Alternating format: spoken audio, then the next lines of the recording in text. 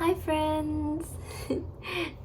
My name is Claire and welcome to my channel, The Grace Hug. In case YouTube's the first time you're coming across this video, I just want to say a huge welcome. I have an Instagram page also called The Grace Hug, and that is where I have been posting most of my content there. So this video that you're about to watch is actually one that was taken during one of my major surgeries. Essentially what I had done was called a periacetabular osteotomy, as well as a varus derotation femoral osteotomy. They're huge mouthfuls, but essentially they were both surgeries to address my developmental hip dysplasia, as well as some associated rotational deformities of my lower limbs. The periacetabular osteotomy has to do with the pelvis, 2 or 3 large cuts in the bone, and repositioned it and held it together with some screws. And the varus derotation femur surgery was done on my femur, so my thigh bone, and they also made a controlled surgical fracture through the femur and repositioned the angles and the rotation and held it together with a plate and screws. So these surgeries were performed in August 2021, and thereafter, because it was such a big surgery and because I have other conditions, one of them being postural orthostatic tachycardia syndrome, or POTS, which kind of placed me at a little bit of a risk for some labile blood pressures and heart rates. So my surgeon decided to place me into, they call it intensive care, but really it is more of a high dependency unit, like a HDU. So it was more for pain control and monitoring of my vitals. So before my surgeries, before these 2 osteotomies, one of the things that I was quite anxious about was the uncertainty of what waking up would feel like and what I would wake up to. I had 3 surgeries before this one, but they were all relatively less major. I was a little scared about what sort of tubes and lines I would witness when I woke up and how much pain I would be in, and the unfamiliarity of being in intensive care or high dependency unit. Unfortunately, I wasn't able to find very much out there that could give me a little of what to expect. And the immediate post anesthetic experience, so when I had the experience myself, I thought I might film a couple of things just to show anyone else who might be doing a similar surgery what tubes and lines I had in place, and kind of explain through what it felt like. Now, just as a disclaimer, I am not a doctor. This is purely stuff from my own experience, but I'm gonna try my best to explain or just mention what I had put in after surgery.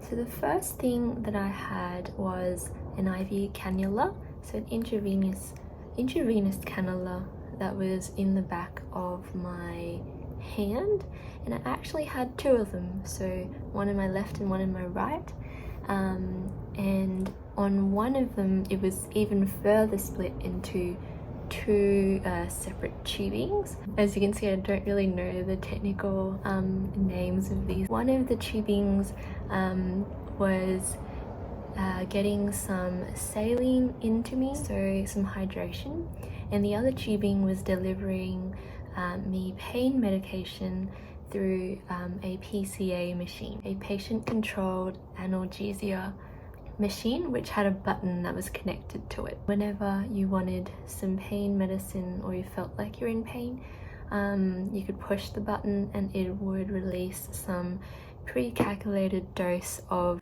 medicine. The second IV I had, or intravenous cannula that was in the back of my hand, the second one was kept open, like it wasn't connected to anything when I woke up. It was actually just a means of getting additional medications as needed. So I got IV intravenous antibiotics put into there, and I also received things like extra, I think, pain medication and extra anti-nausea meds as well. So it was very handy. I didn't have to take anything by mouth. The nurses would just kind of push any medications through this extra intravenous line. The next thing I had was a pulse oximeter, and I've seen a couple of different designs with this. I've seen ones that clip on to your finger, ones that tie on to your finger, and ones that are a little bit of a sleeve that you slide your finger into. And in this case I had something that looked like a bit of a sleeve. It was a bit bulkier. The next thing I had was an arterial line, and this was placed into my left wrist in the, what is this? The inner part of my forearm. You can see it in the video. This was actually placed while I was under anesthetic. My anaesthetist was very kind and mentioned it might be more uncomfortable, and so he waited until I was asleep to do the procedure and put in the line then.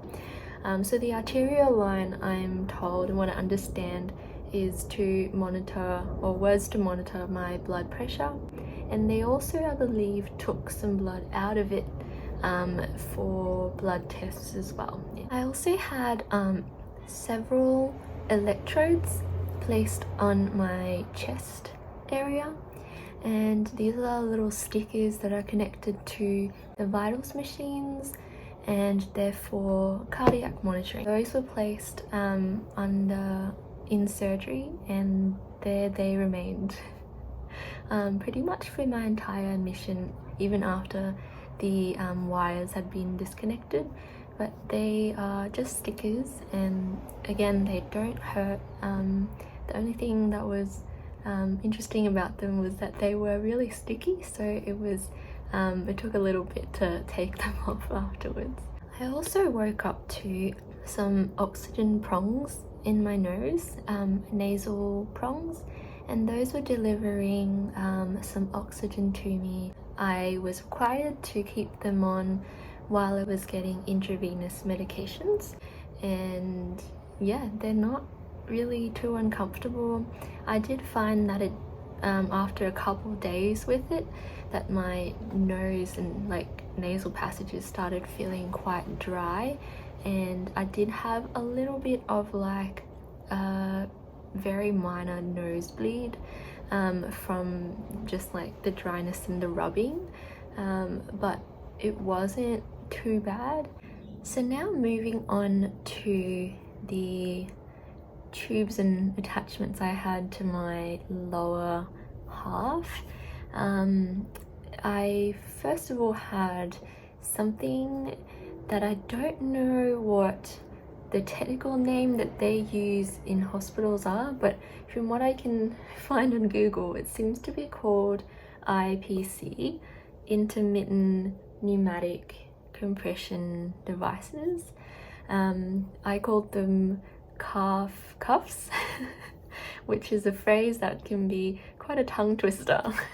But these calf cuffs were devices that intermittently inflated and deflated. They kind of resemble larger blood pressure cuffs, like when you get that taken on your arms, but they're kind of strapped like velcroed onto your lower legs. They inflate with air, and as they do, they squeeze, just like the blood pressure cuffs. They squeeze on your lower legs, in your calves, and the idea is that it helps to prevent blood clots forming in your legs when you can't move around as much. I did actually find them a little uncomfortable to sleep with, As you can imagine, having something squeeze you every couple of seconds does stir you awake sometimes, and I found them a little bit distracting in terms of trying to be able to fall asleep. So I definitely took the opportunity to get some more sleep in when I did have some time with them turned off. You definitely don't want to have any blood clots, so those are good things to have on.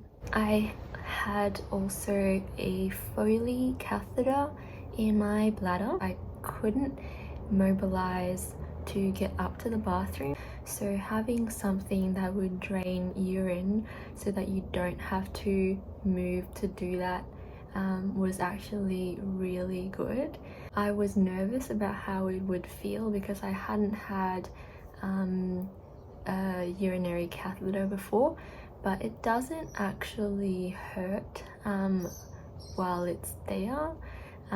It was a little uncomfortable, if I'm being honest, at certain points, especially if the tube isn't secured tightly to your thigh and it is left to kind of hang or dangle. Let's say if staff kind of brushed past it accidentally, then it did feel a bit of like a pulling sensation inside, which wasn't very pleasant. But I've had Foley catheters again since, and I can say that when it is secured well with something like a grippy sticker on your inner thigh, that seems to really help to take the pressure off completely. I pretty much did not feel it the second time around.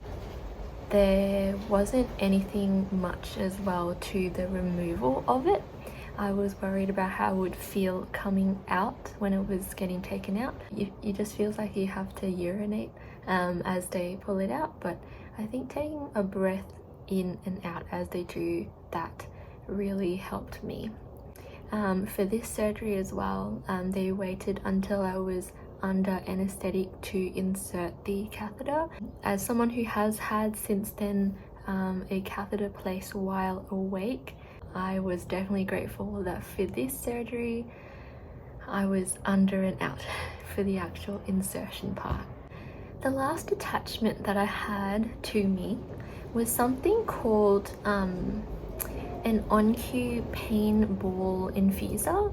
It's an infusion pump with all the medicine in this little like ball-shaped bag, and it has a little pump inside. So what it does is it steadily infuses pain medicine into the wound. So the tubing and the cannula was actually embedded and inserted under my skin, so into my thigh where I had my surgical site. Let me show you the clip of what it looks like. You'll see that it is coiled up on the surface of my skin, and they had a dressing that was sitting over it, and then it went into the other end of the tubing, fed into this little black bag that I could carry with me like a little fanny pack, and inside the bag is the translucent on-cue pain pump ball. During surgery, the surgeon actually placed that while I was under anesthetic, and this was actually my favorite means of pain medication throughout my admission. I wasn't too big a fan of the opioids and the narcotic medications because they made me so nauseous, and I had strange psychological side effects, withdrawal, and strange like gastrointestinal side effects too. But because this was a local anesthetic ball pump, it went straight to my wound, and I found that it came with little to no side effects, and the pain management was extremely effective. So those were the lines, tubes and attachments that I remember having during my time in the high dependency unit after my big surgeries. I hope this was at all helpful. And if you have any questions or anything that I could help with my own experience, feel free to leave them in the comments below or reach out to my Instagram messaging at the Grace Hug. If you're after a surgery vlog, I did try to vlog one of my surgeries that I had last year. That is on my YouTube channel. I'll leave the link in the description or somewhere up here if I can figure that out. But yeah, I wish you all the very best on your own journey, and I hope you're having a lovely day. Bye!